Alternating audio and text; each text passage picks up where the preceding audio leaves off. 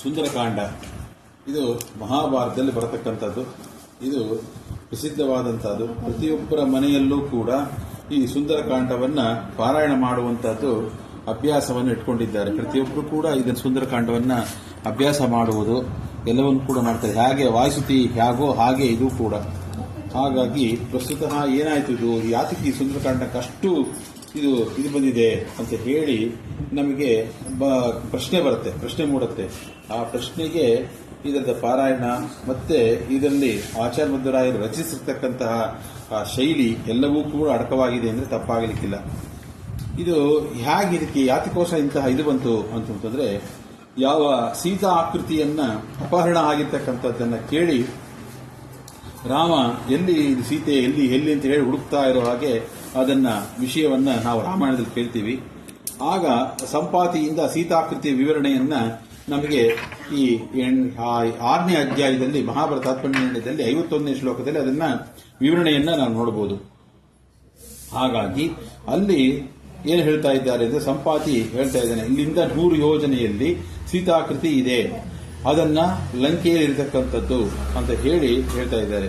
ಅಂದ್ರೆ ಅಲ್ಲಿ ನಮಗೊಂದು ಪ್ರಶ್ನೆ ಮೂಡುತ್ತೆ, ಏನು ಅಂತಂದ್ರೆ, ಆ ಸೀತಾ ಆಕೃತಿಯನ್ನ ಸಂಪಾತಿ ನೋಡಿ ಹೇಳಿದ್ದಾನೆ ಅಂತಂದಾಗ ಅವನೇ ಹೋಗೋದಾಗಿತ್ತಲ್ಲ ಅಂತಂದ್ರೆ, ಅವನಿಗೆ ಸೂರ್ಯಮಂಡಲಕ್ಕೆ ಹಾರುವಷ್ಟು ಶಕ್ತಿ ಸಾಮರ್ಥ್ಯ ಇದ್ದರೂ ಕೂಡ ಲಂಕಾಪಟ್ಟಣಕ್ಕೆ ಹೋಗುವಷ್ಟು ಶಕ್ತಿ ಸಾಮರ್ಥ್ಯ ಇಲ್ಲ. ಯಾಕೆ ಅಂತಂದ್ರೆ, ಬ್ರಹ್ಮಾದಿ ದೇವತೆಗಳ ವರ ಇರೋದ್ರಿಂದ ಅಲ್ಲಿ ಹೋದ್ರೆ ಸಿಂಹಿಕೆ ಮೊದಲಾಗಿರ್ತಕ್ಕಂಥ ರಾಕ್ಷಸರಿಗೆ ನಾನು ಬಲಿಯಾಗ್ತೀನಿ ಅಂತ ಹೇಳಿ ಅವನು ದೂರದಿಂದ, ಅದಕ್ಕೆ ಹದ್ದಿನ ಕಣ್ಣು ಅಂತ ಹೇಳೋದು. ಅಪ್ಪ ಎಲ್ಲಿಟ್ರು ಗೊತ್ತಾಗಬಾರ್ದಪ್ಪ ಹದ್ದಿನ ಕಣ್ಣು ಅಂತ ಕೆಲವರು ಹೇಳಿ ಬೈತಾರೆ ನೋಡಿ. ಹಾಗಾಗಿ ಇಂತಹ ಹದ್ದಿನ ಕಣ್ಣಿನ ಇದು ಹೇಗೆ ಅಂತ ಹೇಳಿ ನಮಗೆ ರಾಮಾಯಣದಲ್ಲೇ ತೋರಿಸ್ತಾರೆ ಅದನ್ನ. ಮತ್ತೆ ಇನ್ನೊಂದು ವಿಷಯ ಏನಪ್ಪಾ ಅಂತಂದ್ರೆ, ತನ್ನ ಇದೊಂದಾದ್ರೆ ಇನ್ನೊಂದು ವಿಷಯ ಏನು ಅಂತಂದ್ರೆ, ಈ ಸಂಪಾತಿ ಎಂಬತಕ್ಕಂಥದ್ದು ಆ ಜಟಾಯು ಎಂಬತಕ್ಕಂತಹ ಪಕ್ಷಿಯ ಏನೋ ಅಣ್ಣ ಜಟಾಯು, ತಮ್ಮ ಸಂಪಾತಿ. ಅಂದ್ರೆ ತಮ್ಮನಾಗಿರ್ತಕ್ಕಂಥ ಜಟಾಯು ಸೀತಾ ಆಕೃತಿಯನ್ನ ಹರಣದಲ್ಲಿ ತಪ್ಪಿಸಲು ಹೋರಾಡಿ ಅದನ್ನ ಏನಾಯ್ತು, ಪ್ರಾಣವನ್ನ ಬಿಟ್ಟಿದ್ದಾನೆ. ಆದ್ರೆ ಅಣ್ಣನಾಗಿರ್ತಕ್ಕಂಥ ಸಂಪಾತಿ ಏನ್ ಮಾಡಿದ ಅಂದ್ರೆ, ಸೀತಾಕೃತಿ ಎಲ್ಲಿದೆ ಅಂತ ಹೇಳಿ ಅದನ್ನ ಕಂಡು ಹಿಡಿದು ತೋರಿಸಿರ್ತಕ್ಕಂಥದ್ದು. ಇಬ್ರು ಕೂಡ ಮಾಡಿರ್ತಕ್ಕಂಥ ಕೆಲಸ. ಹಾಗಾಗಿ ಆ ರಾಮನ ಮೇಲೆ ಪಕ್ಷಿಗಳಿಗೂ ಕೂಡ ಎಷ್ಟು ಪ್ರೀತಿ ವಿಶ್ವಾಸವಿತ್ತು ಅಂತ ಹೇಳಿ ನಮಗಿಲ್ಲಿ ಕಾಣುವಂತದ್ದಾಗತ್ತೆ.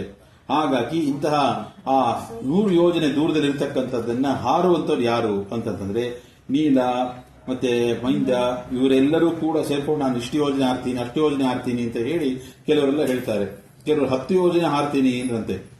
ಆಗ ಹೇಳಿದಂತೆ ಮಿಕ್ಕಿ 90 ಯಾರು ಹಾರ್ತಾರಪ್ಪ, ಸುಮ್ಮನೆ ಕೂತ್ಕೊಂಡು ನೀನು ಯಾರು ಕೇಳಿದ್ರು ಅಂತ ಹೇಳಿ ತಲೆಮೇಲೆ ದೊಡ್ಡತಾರಂತೆ. ಹಾಗಾಗಿ 100 ಯೋಜನೆ ಹಾರಬೇಕು. ಆಗ ಕೊನೆಗೆ ಏನ್ ಮಾಡಬೇಕು ಅಂತ ಹೇಳಿ ಜಾಂಬು ಅಂತ ಹೇಳ್ತಾನಂತೆ, ನಾನು ಮೊದಲು 90 ಯೋಜನೆ ಹಾರ್ತಾ ಇದ್ದೆ, ಈಗ ಹಾರೋ ಕಾಲಕ್ಕೆ ನನಗೆ ಆಗಲ್ಲ, ಯಾಕಂದ್ರೆ ನನ್ನ ವಯಸ್ಸಾಗಿದೆ, ನನಗೆ ಮಂಡಿ ಕೂಡ ಸ್ವಲ್ಪ ಏಟಾಗಿದೆ ಅಂತ ಹೇಳಿ ಹೇಳ್ತಾರೆ. ಕೊನೆಗೆ ಯಾರ ಹತ್ರ ಬರುತ್ತೆ ಅಂತಂದ್ರೆ, ಆಗ ಕೊನೆಗೆ ಎಲ್ಲರೂ ಕೂಡ ಸೇರ್ಕೊಂಡು ವಾಯುದೇವರ ಮಗನಾಗಿರ್ತಕ್ಕಂಥ ಅವತಾರ ಪುತ್ರರಾದಂತಹ ಹನುಮಂತ ದೇವರ ಹತ್ರ ಬಂದು ನೀವು ಹಾರಬೇಕು ಅಂತ ಹೇಳಿ ಪ್ರಾರ್ಥನೆಯನ್ನು ಮಾಡ್ಕೋತಾರೆ.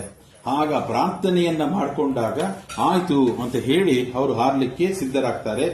ಅಂದರೆ ಇಲ್ಲಿ ಯಾಕೆ ಮೊದಲೇ ಹನುಮಂತ ದೇವರು ಹೋಗೋದಾಗಿತ್ತಲ್ಲ, ಇಷ್ಟೆಲ್ಲ ಯಾತಕ್ಕೆ ಹೇಳಿದ್ರು, ಇದು ಯಾಕೋ ಸ್ವಲ್ಪ ತುಂಬಾ ವಿಸ್ತಾರವಾಯ್ತಲ್ಲ ಅಂತ ಕೆಲವರು ಅಭಿಪ್ರಾಯ ಪಡಬಹುದು, ಬೇಕಿಲ್ಲ. ಅದಕ್ಕೆ ಆಚಾರ್ಯ ಮಧ್ವರಾಯರು ಅದಕ್ಕೆ ಉತ್ತರವನ್ನು ಕೊಡ್ತಾರೆ. ತೇಷಾಂ ಅಶಕ್ತಿ ಪ್ರಕಟಾಂ ವಿದಾಯ ಅಂತ, ತೇಷಾಂ ಅಶಕ್ತಿ ಪ್ರಕಟಂ ವಿದಾಯ. ಹಾಗಾಗಿ ಅವರವರ ಶಕ್ತಿಯನ್ನ ಪ್ರಕಟಣೆ ಮಾಡಲಿ, ಯಾರು ಎಷ್ಟೆಷ್ಟು ಹಾರ್ತೀವಿ ಯೋಜನೆ ಹಾರ್ತೀವಿ ಅಂತ ಹೇಳಿ ಅವ್ರಿಗೆಲ್ರಿಗೂ ಕೂಡ ಗೊತ್ತಾಗಬೇಕು. ಗೊತ್ತಾಗಿ ಕೊನೆಗೆ ಇವರೆಲ್ಲರಿಗಿಂತಲೂ ಕೂಡ ಉತ್ತಮರಾಗಿರ್ತಕ್ಕಂಥವ್ರು ಯಾರು, ಜೀವೋತ್ತಮರಾದಂತಹ ವಾಯುದೇವರೇ ಅದಕ್ಕೆ ಶಕ್ತಿ ಸಾಮರ್ಥ್ಯವನ್ನು ಹೊಂದಿರ್ತಕ್ಕಂಥವ್ರು.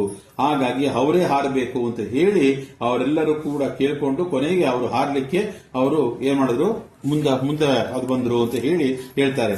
ಇಲ್ಲದೆ ಹೋದ ಏನಾಗ್ತಿತ್ತು ಅಂತಂದ್ರೆ, ಅವರು ಮೊದಲೇ ನಾನೇ ಹಾರ್ತೀನಿ ಅಂತ ಹೇಳ್ಬಿಟ್ಟಿದ್ರೆ ಎಲ್ಲ ಅಯ್ಯೋ ಏನು ನಾವು ಮಾಡ್ತಾ ಇದ್ವಿ, ಏನು ಹನುಮಂತ ದೇವರು ತಮ್ಮ ಕ್ರೆಡಿಟ್ ತೋರಿಸ್ಕೋಬೇಕು ಅಂತ ಹೇಳಿ ಮಾಡಿದ್ರು ಹಾಗೆ ಎಂಬತಕ್ಕಂಥ ವಿಚಾರ ಬರುತ್ತೆ. ಹಾಗಾಗಿ ಅದು ಬರಬಾರದು ಎಂಬತಕ್ಕಂತಹ ವಿಷಯವನ್ನ ಇಲ್ಲಿ ಸ್ಪಷ್ಟವಾಗಿ ಎಲ್ರಿಗೂ ಕೂಡ ಗೊತ್ತಾಗಲಿ ಅಂತ ಹೇಳಿ ಅವರು ಸುಮ್ಮನಿದ್ರು. ಒಂದು.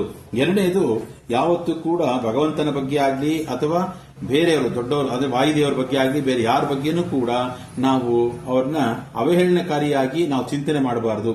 ಅದಕ್ಕೋಸ್ಕರ ತಮ್ಮ ತಮ್ಮ ಯೋಗ್ಯತೆ ಏನು ಎಂಬತಕ್ಕಂಥದ್ದೆಲ್ಲ ತಿಳಿದ ನಂತರ ಕೊನೆಗೆ ತಾವು ತಮ್ಮ ಸಾಮರ್ಥ್ಯವೇನು ಎಂಬತಕ್ಕಂಥದನ್ನ ತೋರಿಸಲಿಕ್ಕೋಸ್ಕರ ಹಾಗೆ ಮಾಡಿದ್ರು ಎಂಬತಕ್ಕಂಥದ್ದನ್ನು ಕೂಡ ಹೇಳ್ತಾ ಇದ್ದಾರೆ.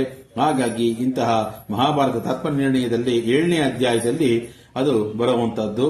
ಹಾಗಾಗಿ ಇಲ್ಲಿ ಸಮುದ್ರವನ್ನ ಹಾರಿದ್ದು ಮೈನಾಕಿ ಮತ್ತೆ ಸುರಸ ಮತ್ತೆ ಅಲ್ಲಿ ಸಿಂಹಿಕೆ ಲಂಕೆನಿ ಎಲ್ಲವನ್ನೂ ಕೂಡ ಹೇಳ್ತಾ ಇದ್ದಾರೆ.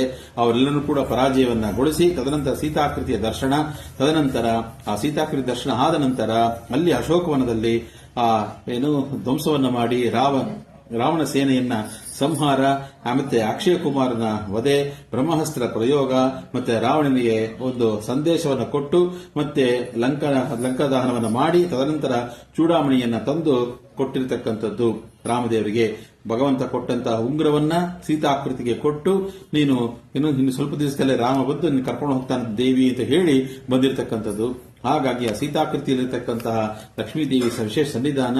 ಹಾಗಾಗಿ ಅದು ನಿನಗೆ ಏನಪ್ಪಾ ಕೊಡ್ಲಿ ಇಷ್ಟಂತಹ ಕೆಲಸ ಮಾಡಿದ್ಯಲ್ಲ ಅಂತ ಹೇಳಿ ಅಲ್ಲಿ ಒಂದು ಹಾರ, ಯಾವುದು ವಿಳ್ಯದೆಲೆ ಹಾರ, ಆ ಹಾರವನ್ನ ತೆಗೆದು ಅವ್ರ ಕೊರಳಿಗೆ ಹಾಕದಂತೆ.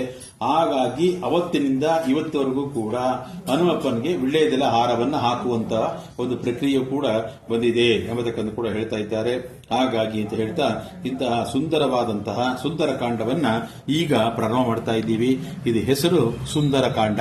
ಯಾತಕ್ಕೆ ಇದಕ್ಕೆ ಸುಂದರಕಾಂಡ ಅಂತ ಹೆಸರಿಟ್ಟರು ಅಂತಂದ್ರೆ, ಸುಂದರನಾಗಿರ್ತಕ್ಕಂಥನು ಯಾರು? ಭಗವಂತ ಸಾಕ್ಷಾತ್ ಮನ್ಮಥ ಅಂತಹ ಮನ್ಮಥನಾಗಿರ್ತಕ್ಕಂತಹ ಆ ಭಗವಂತನ ಮಾತು ವಾಕ್ ಎಂಬತಕ್ಕಂಥದ್ದನ್ನ ಸುಂದರಿಗೆ ತಲುಪಿಸಬೇಕು. ಯಾರು ಸುಂದರಿ? ಲಕ್ಷ್ಮೀದೇವಿ ವಿಶೇಷ ಸನ್ನಿಧಾನ ಇರತಕ್ಕಂಥ ಸೀತಾಕೃತಿ. ಆ ಸುಂದರಿಗೆ ತಲುಪಿಸಬೇಕಾದರೆ ಸುಂದರ ಮೂರ್ತಿ ಮುಖ್ಯ ಪ್ರಾಣ ಬೇಕು. ಹಾಗಾಗಿ ಅಂತಹ ಭಗವಂತ ವಿಶೇಷ ಕೃಪೆಗೆ ಪಾತ್ರರಾಗಿರ್ತಕ್ಕಂಥವ್ರು, ಬಿಂಬ ಪ್ರತಿಬಿಂಬರಾಗಿರ್ತಕ್ಕಂತಹ ಮಗನಂತೆ ಇರತಕ್ಕಂಥ ಆ ವಾಯು ಜೀವೋತ್ತಮನಾದಂತಹ ಅವರ ಮುಖಾಂತರವೇ ಇದು ಅಂತ ಹೇಳಿ ತೋರ್ಸಕ್ಕೋಸ್ಕರ ಅಂತಹ ವಾಯುದೇವರನ್ನ ಇಲ್ಲಿ ಬೆಳೆಸಿಕೊಂಡು ಸುಂದರಕಾಂಡವನ್ನ ಅಲ್ಲಿ ರಚನೆ ಆಗಿರ್ತಕ್ಕಂಥದ್ದು. ಹಾಗಾಗಿ ಎಂಬುದಕ್ಕಂತ ಕೂಡ ಹೇಳ್ಬೋದು. ಹಾಗಾಗಿ ಇನ್ನೊಂದೇನಪ್ಪಾ ಅಂತಂದ್ರೆ, ಇಲ್ಲಿ ಭಗವಂತನ ವಾಕ್ ಅಂತಂತಂದ್ರೆ ವೇದ ಪ್ರತಿಪಾದ್ಯನಾಗಿರ್ತಕ್ಕಂಥ ಭಗವಂತ, ವೇದ ಅಭಿಮಾನಿ ಆಗಿರ್ತಕ್ಕಂತಹ ಲಕ್ಷ್ಮೀದೇವಿಯ ಮಧ್ಯದಲ್ಲಿ ಯಾರಿರಬೇಕು ಅಂತಂದ್ರೆ ಅವರಿಬ್ಬರ ಸಂಭಾಷಣೆ, ಅವರ ಮಾತುಕತೆ ಮತ್ತೆ ಅವರ ಭಗವಂತನ ವೇದದ ಅಧ್ಯಯನ ಅಥವಾ ಅದರದ ಒಂದು ವಿಶೇಷ ಸಂಗತಿಯನ್ನು ತಿಳ್ಕೋಬೇಕಾದರೆ ಆಚಾರ್ಯ ಮಧ್ವರಾಯರ ಒಂದು ಭಾಷ್ಯದ ಮುಖಾಂತರವಾಗಿ. ಹಾಗಾಗಿ ಎಂಬತಕ್ಕದ್ದನ್ನು ಕೂಡ ನಮಗೆ ತಿಳಿಸೋಕ್ಕೋಸ್ಕರ ಇದು ಸುಂದರಕಾಂಡ ಅಂತ ಕೂಡ ಕರೀತಾರೆ. ಹಾಗಾಗಿ ಭಗವಂತನ ಕೃಪೆಗೆ ಪಾತ್ರರಾಗಿ ಈ ದಿಕ್ಕಿಗೆ ಹೋಗು ಅಂತ ಹೇಳಿ ಆ ವಾಯುದೇವರನ್ನ ಕರೆದು ವಿಶೇಷ ಅನುಗ್ರಹವನ್ನು ಮಾಡಿ ಅವರಿಗೆ ತಲೆ ಮೇಲೆ ಕೈ ಇಟ್ಟು ನೀನು ಹೋಗಿ ಬಾ ಅಂತ ಹೇಳಿದಂತಕ್ಕಂತಹ ರಾಮ ಹೇಗಿತ್ತು ಅಂತಂದ್ರೆ, ತನ್ನ ಬಾಣಕ್ಕೆ ಅಭಿಮಾನಿಯಾಗಿರ್ತಕ್ಕಂತಹ ವಾಯುದೇವರನ್ನ ಕಿವಿ ಹತ್ರ ಕರೆದು ಹೇಳಿ ಎಳೆದು ಬಿಟ್ಟ ಹಂಗಿತ್ತಂತೆ. ಅದು ನಾವು ಬಾಣ ಹೊಡಿಬೇಕಾದ್ರೆ ಏನ್ ಮಾಡ್ತೀವಿ? ಬಿಲ್ಲನ್ನ ಕಿವಿಯವರೆಗೆ ಎಳೆದು ಬಿಡ್ತೀವಿ, ಅದಕ್ಕೆ ಅದು ಫೋರ್ಸ್ ಆಗಿ ಬರಲಿ ಅಂತ ಹೇಳಿ. ಹಾಗಾಗಿ ಅಂತಹ ಫೋರ್ಸ್ ಬರ್ತಕ್ಕಂಥದ್ದು. ಹಾಗಾಗಿ ಇಂತಹ ಫೋರ್ಸ್ ಅಲ್ಲಿ ಇರತಕ್ಕಂತಹ ಆ ವಾಯುದೇವರು ಅದು ಸೀದಾ ಹೋಗಿ ಗುರಿಯನ್ನು ತಲುಪುತ್ತೆ. ಹಾಗಾಗಿ ಅಂತಹ ವಾಯುದೇವರು ಏನ್ ಮಾಡೋದು ಅಂತಂದ್ರೆ, ಮಹೇಂದ್ರ ಪರ್ವತವನ್ನ ಹೊತ್ತಿ ಅದನ್ನು ಹಾರಿರತಕ್ಕಂಥದ್ದು ಅದು ಸುಂದರ. ಅಥವಾ ಆ ರಾಮದೇವರು ಕಿವಿ ಹತ್ರ ಕರೆದು ವಿಶೇಷವಾಗಿ ಅನುಗ್ರಹವನ್ನು ಮಾಡಿ ಕಳಿಸಿದಲ್ಲ ಅದು ಸುಂದರ. ಆರೋ ಕಾಲಕ್ಕೆ ಮಧ್ಯದಲ್ಲಿ ಅನೇಕ ಸಿಂಹಿಕೆ ಮತ್ತೆ ಸುರಸೆ ಇವರೆಲ್ಲರೂ ಕೂಡ ಪರಾಜಯವನ್ನಗೊಳಿಸಿ ಲಂಕೆಗೆ ಅವನು ಲಂಕಿಣಿಯನ್ನ ಕೂಡ ಅವನನ್ನ ಗದರಿಸಿ ಅವನ ಹೊಡೆದು ಅವನ ಪಕ್ಕಕ್ಕೆ ತಳ್ಳಿ ಸೀತಾಕೃತಿಯನ್ನ ಹುಡುಕಿದಂತೆ ಮಾಡಿದ್ದು ಸುಂದರ. ಅಥವಾ ಸೀತಾಕೃತಿಯಲ್ಲಿ ಇರುವಂತಹ ವಿಷಯ ವಾಯುದೇವರು ಗೊತ್ತಿರಲಿಲ್ವಾ? ಜೀವೋತ್ತಮರಾಗಿರ್ತಕ್ಕಂಥವ್ರು. ಹಾಗಾಗಿ ಯಕಶ್ಚಿತ್ತು ಒಂದು ಹದ್ದು ಗೊತ್ತಾಗಿದೆ ಅಂತಂದ್ರೆ ವಾಯುದೇವರು ಗೊತ್ತಿಲ್ಲ ಅಂತಂದ್ರೆ ಅದು ಹಾಸ್ಯಾಸ್ಪದವಾಗುತ್ತೆ.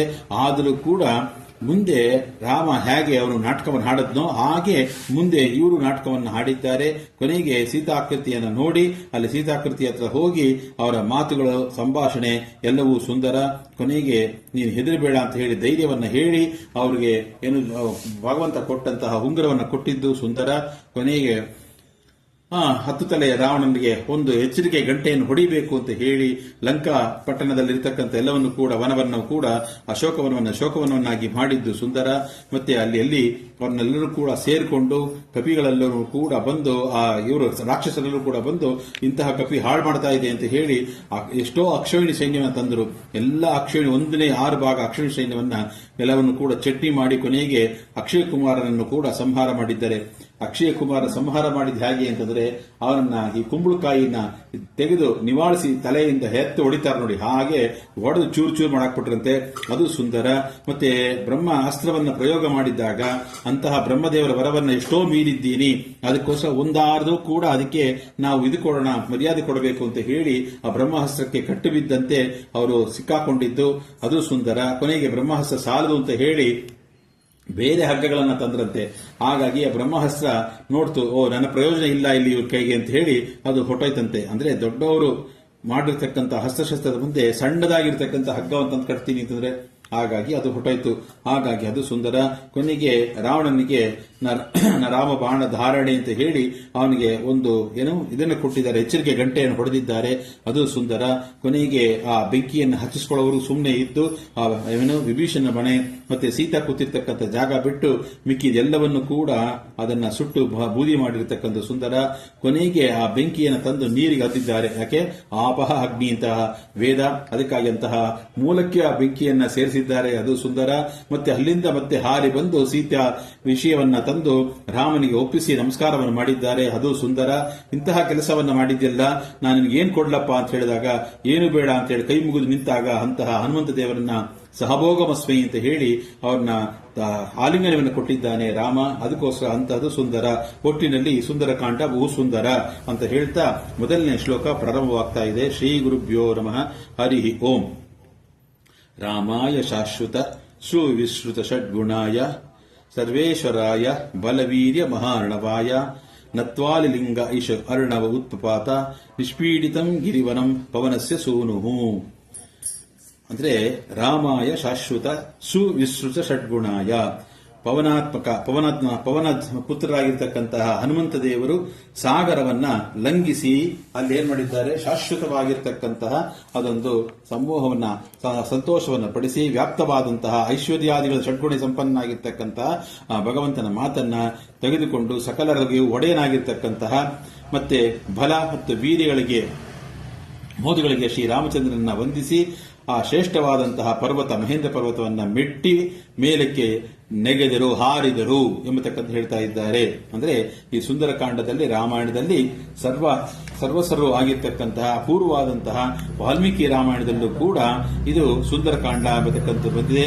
ಅಲ್ಲಿ ಒಟ್ಟು ಇರತಕ್ಕಂಥದ್ದು 68 ಅಧ್ಯಾಯ. ಆದರೆ ಆಚಾರ್ಯ ಮಧ್ವರಾಯರು ಅಷ್ಟನ್ನು ಕೂಡ ಕ್ರೋಢೀಕರಿಸಿ ಕೇವಲ ಒಂದು 50 ಶ್ಲೋಕದಲ್ಲಿ ಇದನ್ನ ನಿರ್ಮಾಣ ಮಾಡಿದ್ದಾರೆ. ಹಾಗಾಗಿ 50 ಶ್ಲೋಕಗಳಿಂದ ನಿರ್ಮಾಣ ಮಾಡಿರ್ತಕ್ಕಂಥದ್ದು. ಹಾಗಾಗಿ ಇಂತಹ ಸುಂದರಕಾಂಡದಲ್ಲಿ ಇದು ರಾಮಾಯಣದಲ್ಲಿ ಉದ್ಯೋಗ ಪರ್ವ ಎಂಬತಕ್ಕಂಥದ್ದು ನಮಗೆ ಇದು ಬರ್ತಾ ಇದೆ. ಹಾಗಾಗಿ ಸುಂದರಕಾಂಡ ಎಂಬತಕ್ಕಂಥದ್ದು ರಾಮಾಯಣದಲ್ಲಿ ಉದ್ಯೋಗ ಪರ್ವ ಹೇಗೆ ಮಹಾಭಾರತದಲ್ಲಿ ಬರುತ್ತೋ ಹಾಗೆ. ಹಾಗಾಗಿ ಇಂತಹ ಉದ್ಯೋಗ ಪರ್ವತದಲ್ಲಿ ಮಹಾಭಾರತದ ಸುಂದರಕಾಂಡ ಅಂತ ಹೇಳಿ ನಾವು ಚಿಂತನೆ ಮಾಡಬಹುದು. ಹಾಗಾಗಿ ಸುಂದರಕಾಂಡವನ್ನ ಹನುಮಂತ ದೇವರು ಮಾಡಿರತಕ್ಕಂತಹ ಸಾಹಸಗಳ ವರ್ಣನೆಯನ್ನ ಯಾರು ಬರೆದಿದ್ದಾರೆ ಅಂದ್ರೆ ಆಚಾರ್ಯ ಮಧ್ವರಾಯರು ಬರೆದಿದ್ದಾರೆ. ಇದು ಏನಪ್ಪಾ ಅಂದ್ರೆ ಇದು ಒಂದು ಸುಂದರ, ಅದು ಬೇಕಾದ್ರೆ ಸೇರಿಸ್ಕೋಬಹುದು. ಯಾಕೆ ಅಂತಂದ್ರೆ ಹಾರಿದ್ಯಾರು? ವಾಯುದೇವರು. ಮತ್ತೆ ಅಲ್ಲಿ ಮಾಡಿರ್ತಕ್ಕಂಥ ಎಲ್ಲ ಕೆಲಸವನ್ನ ಮಾಡಿ ಬಂದಿದ್ಯಾರು? ವಾಯುದೇವರೇ. ಅಂತಹ ವಿವರಣೆಯನ್ನ ಕೊಟ್ಟಿದ್ಯಾರು ಅಂದ್ರೆ ಆಚಾರ್ಯ ಮಧ್ವರಾಯರು. ಹಾಗಾಗಿ ಇದು ಸುಂದರ. ಇಂತಹ ಹನುಮಂತ ದೇವರು ಸಮುದ್ರವನ್ನ ಹಾರಲಿಕ್ಕೆ ಅಪಾರವಾಗಿ ಅದನ್ನ ಬೆಳೆದಿದ್ದಾರೆ. ಹಾಗಾಗಿ ಅಂತ ಕೂಡ ಹೇಳ್ತಾ ಇದ್ದಾರೆ. ಇಂತಹ ಭಗವಂತನನ್ನ ಸ್ಮರಿಸಿ ಅವರು ಆ ಭಗವಂತನ ಕೃಪೆಗೆ ಪಾತ್ರರಾಗಿರ್ತಕ್ಕಂಥವರು. ಹಾಗಾಗಿ ಭಗವಂತನ ಅನುಗ್ರಹವಿಲ್ಲದೇನೆ ಏನೂ ಮಾಡೋದಕ್ಕಾಗಲ್ಲ. ಹಾಗಾಗಿ ಅಂತ ಭಗವಂತನಿಗೆ ಅನುಗ್ರಹದಿಂದ ಸ್ಮರಿಸಿ ಒಳ್ಳೆಯದನ್ನ ಮಾಡಬೇಕು ಅಂತ ಹೇಳಿ ಇದು ಒಂದು ಭಗವಂತನಿಗೆ ನಾನು ಮಾಡುವಂತಹ ಸೇವಾ ಎಂಬತಕ್ಕಂಥದ್ದನ್ನು ಚಿಂತಿಸಿ ಅವರು ಮಾಡಿದ್ದಾರೆ. ಯಾಕೆ ಅಂದ್ರೆ ಆಚಾರ್ಯ ಮಧ್ವರಾಯರು ಸದಾಚಾರ ಸ್ಮೃತಿಯಲ್ಲೂ ಕೂಡ ಇದನ್ನೇ ಹೇಳ್ತಾ ಇದ್ದಾರೆ. ನಾವೇನೇ ಕೆಲಸ ಮಾಡಬೇಕಾದರೆ ಭಗವಂತನ ಸ್ಮರಿಸಿ ನಾವು ಕೆಲಸವನ್ನು ಮಾಡಬೇಕು ಎಂಬತಕ್ಕಂಥದ್ದನ್ನು ತೋರಿಸ್ತಾ ಇದ್ದಾರೆ. ಹಾಗಾಗಿ ಇದನ್ನು ಮಾಡಿರ್ತಕ್ಕಂಥದ್ದು. ಇನ್ನು ಸರ್ವೇಶ್ವರಾಯ ಷಡ್ಗುಣೇಶ ಸಂಪನ್ನನಾಗಿರ್ತಕ್ಕಂಥವನು ಬಲವೀರ್ಯಾಯ ಮೊದಲಾಗಿರ್ತಕ್ಕಂಥ ವಿವರಣೆಯನ್ನು ಕೂಡ ಅಲ್ಲಿ ನಮಗೆ ಇದರಿಂದ ಗೊತ್ತಾಗತ್ತೆ.